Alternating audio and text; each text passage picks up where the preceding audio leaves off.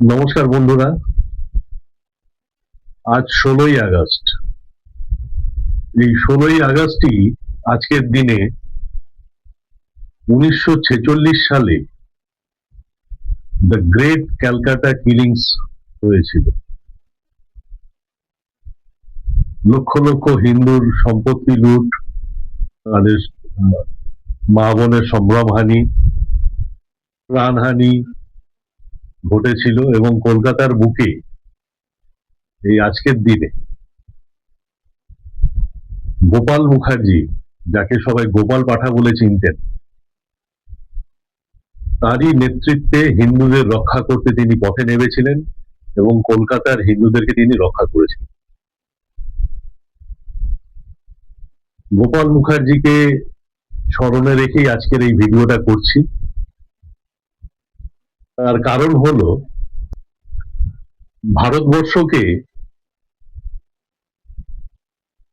Islamic রাষ্ট্র বানানোর চক্রান্ত মধ্যে সব থেকে বড় একটি চক্রান্ত হলো ল্যান্ড জিহাদ।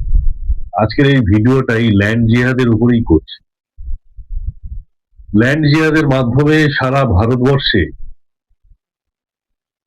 দীর্ঘ শত শত বছর ধরে বহিরাগত সংস্কৃতি, আরব সাম্রাজ্যবাদ ল্যান্ড জিহাদ করে চলেছে এবং আমাদের ভারতবর্ষের বহু অংশ তারা ছিনিয়েও নিয়েছে।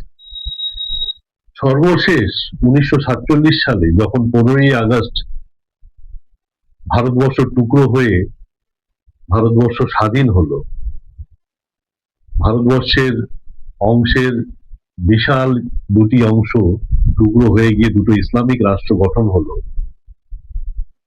আরো কিন্তু প্রেক্ষাপট কিন্তু ল্যান্ড জিহাদ।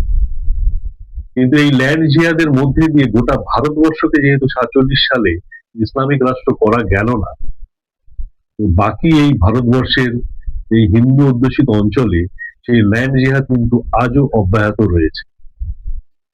এবং ভারতবর্ষে দীর্ঘ সময় ধরে যে সমস্ত রাজনৈতিক দল শাসন করেছে, তারা কিন্তু ল্যান্ড জিহাদকে প্রশ্রয় দিয়েছে এবং নিদেন পক্ষে তারা কিন্তু পেছন থেকে ল্যান্ড জিহাদিদেরকে সমস্ত রকম ভাবে সহযোগিতা করেছে।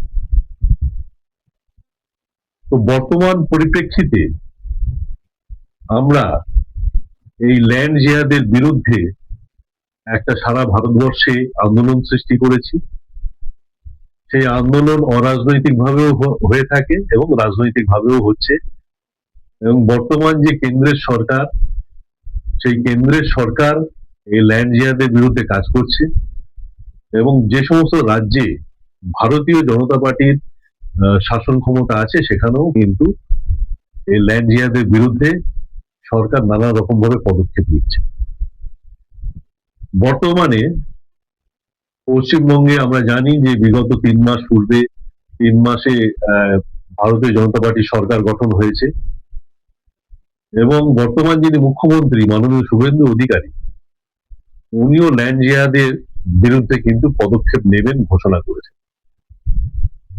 তো আমরা সবার আগে মাননীয় মুখ্যমন্ত্রী শুভেন্দু অধিকারী তিনি ল্যান্ড জিহাদ নিয়ে কি বক্তব্য রাখছেন সেটা আমরা একটু মন দিয়ে শুনবো। শুনুন সেই ভিডিওটা।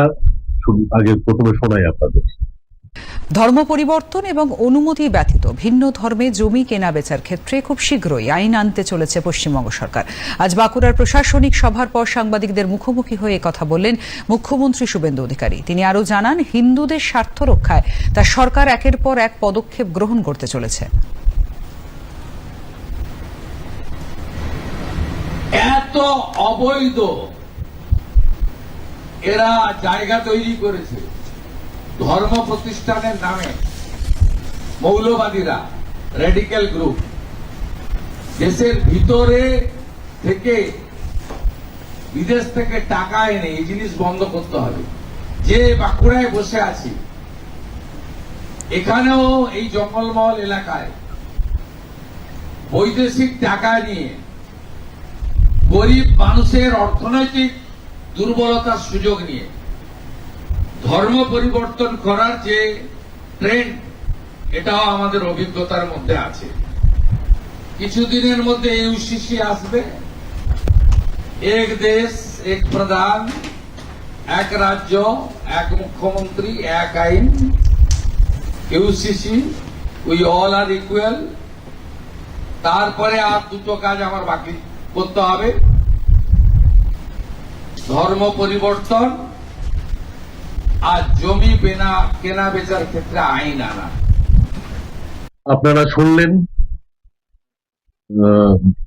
সরকারি চ্যানেলে এই খবরটি সম্প্রসারিত হয়েছে 11ই আগস্ট 2026 সালে, এবং মুখ্যমন্ত্রীর বক্তব্যও শুনলেন।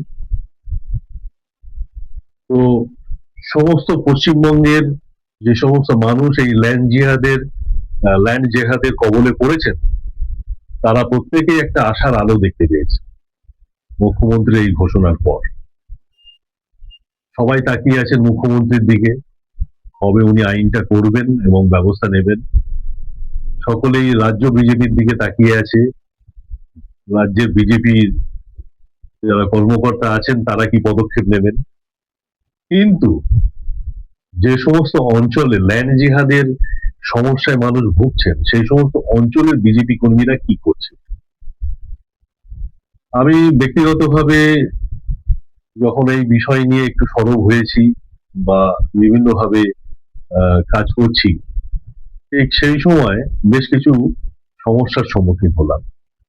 নিচু স্তরের কর্মীরা বলছে যে এত বছর ধরে তো বহু জমি এইভাবে লুট হয়ে গেছে বা দখল হয়ে গেছে বা বিভিন্ন রকম ভাবে ছিনিয়ে নেওয়া হয়েছে, তখন কেউ কেন কিছু করেনি, তখন কেন মানুষ এগুলো আটকালো না।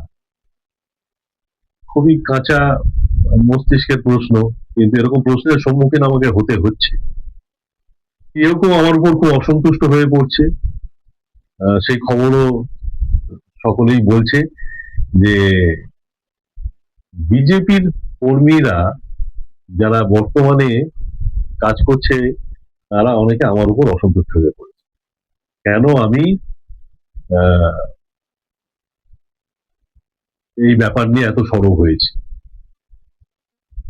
এবং আরো একটি ব্যাপার, আমি এতদিন কি করছিলাম।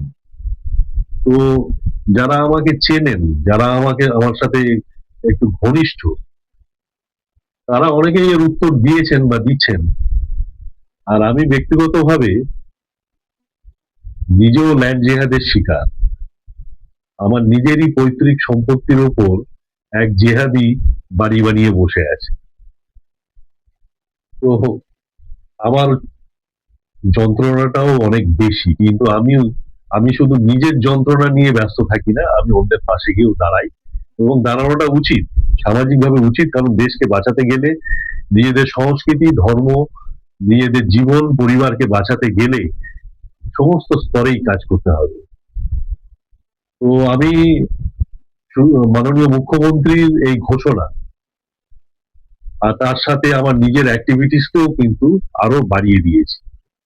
কাজে আমার বিরুদ্ধে কেউ সরব হলো, কেউ অপপ্রচার করলো, কেউ আমার ক্ষতি করতে চাইলো, আমি তাদেরকে বাধা দেব না। কিন্তু তারা কিন্তু নিজেরা হয়তো ভুল পথে যাচ্ছে। আমি বলবো তারা সঠিক পথে আসুক এবং সঠিক কাজ করুক, এবং ল্যান্ড জিহাদকে রুখে দাঁড়াক, ল্যান্ড জিহাদের বিরুদ্ধে রুখে দাঁড়াক তারা, এবং কাজ করুক। কারণ আগামী দিনে যখন আইন হবে, তখন যখন তারা মানুষের পাশে দাঁড়াবার চেষ্টা করবে, মানুষ কিন্তু তাদের গ্রহণ করবে না, যারা আজ আমাকে এই প্রশ্ন করছে। যাই হোক, ল্যান্ড জিহাদের বিরুদ্ধে আমরা লড়ছি, আগেও লড়েছি, এখনো লড়ছি, ভবিষ্যতেও লড়ব। কারোর অসন্তুষ্ট হয়ে যাওয়া, কাউকে সন্তুষ্ট করার জন্য সমাজের কাজ করি না। ধন্যবাদ। আমার যারা শুভাকাঙ্ক্ষী আছেন তাদেরকেও অনেক অনেক ধন্যবাদ। ভালো থাকবেন।